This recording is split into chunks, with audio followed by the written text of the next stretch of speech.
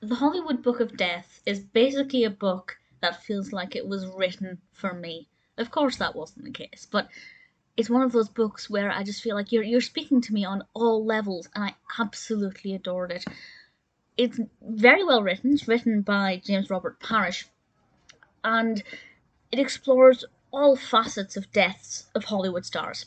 And the only downside is that it was published in 2001, which means that, of course, there have been many fascinating Hollywood deaths that have happened over the 20 years after that, which aren't included in the book. Obviously, not a fault of the book, but if ever there was an opportunity for an updated version, I would love to read that. I would put money towards funding that if it was crowdfunded. I would love for there to be an updated version. But nevertheless, this covers more than 125 deaths of film and TV stars in Hollywood. And I love this for two reasons. One, a lot of the deaths are very fascinating. Most of them are quite interesting. I can't remember off the top of my head if any of the deaths were just, oh, they died of old age in their sleep. To the best of my recollection, they were all maybe not suspicious, but they were interesting circumstances. For example, a car crash or dying on set. Um, so they're all really interesting.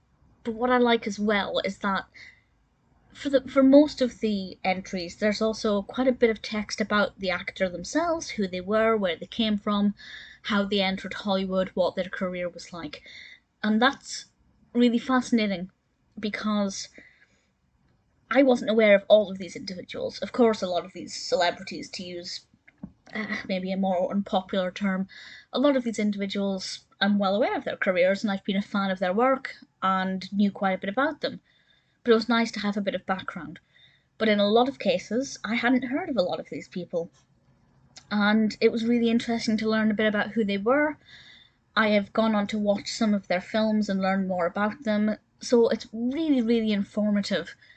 And I guess if you aren't interested in the background information, you could kind of just skip past that because it is written in a way where, it's well structured. You can read the background information and the information about the deaths, but you can also just skip to the part about the deaths if you are so inclined.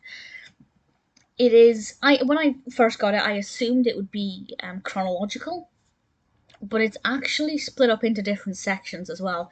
So we have accidental deaths, and obviously, I'm not going to say what they are. I don't want to spoil it, but we get some very interesting aspects in there.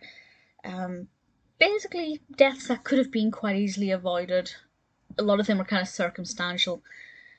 People in this section include James Dean, uh, Brandon Lee, Carol Lombard, who I particularly like. Then we have the alcohol and drugs section, which, as you can imagine, does take up a pretty good chunk. We have River Phoenix, Bella Lugosi, Judy Garland, W.C. Fields, Bobby Driscoll. Bobby Driscoll's one's particularly interesting.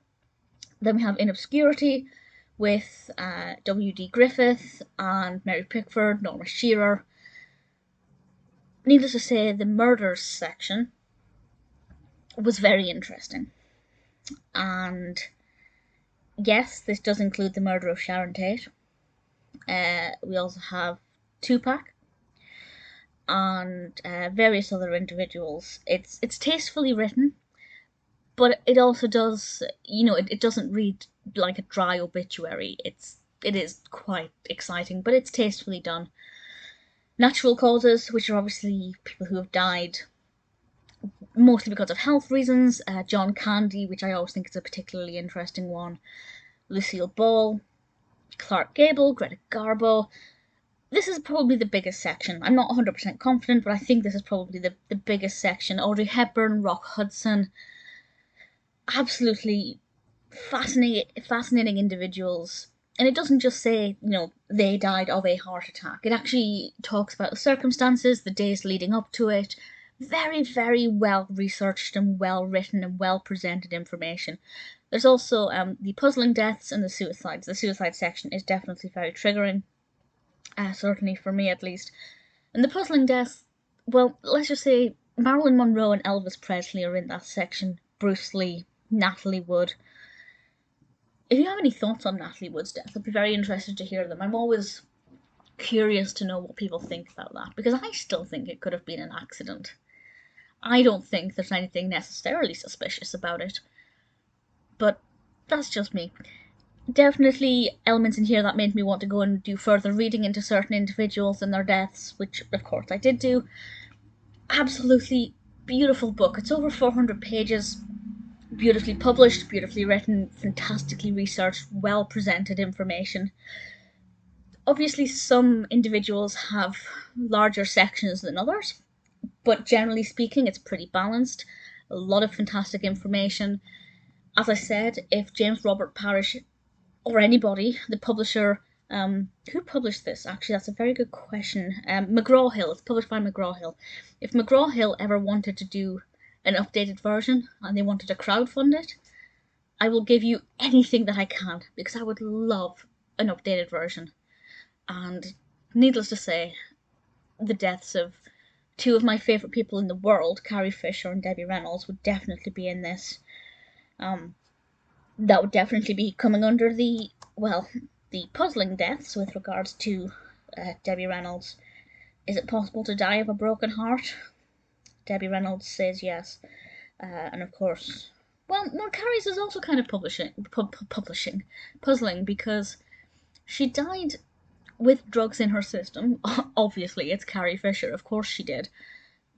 But also, she had sleep apnea, and I get the general consensus is that the drugs in her system made her more susceptible to death by sleep apnea, or death as a result of sleep apnea. So I don't know which section that would be in, actually. She's puzzling. Put her in puzzling deaths. I absolutely love her, of course. Fantastic book. Absolutely loved every second of it. I pray for an updated version one day. But right now, I'm very, very happy with the Hollywood Book of Death and thoroughly recommend it.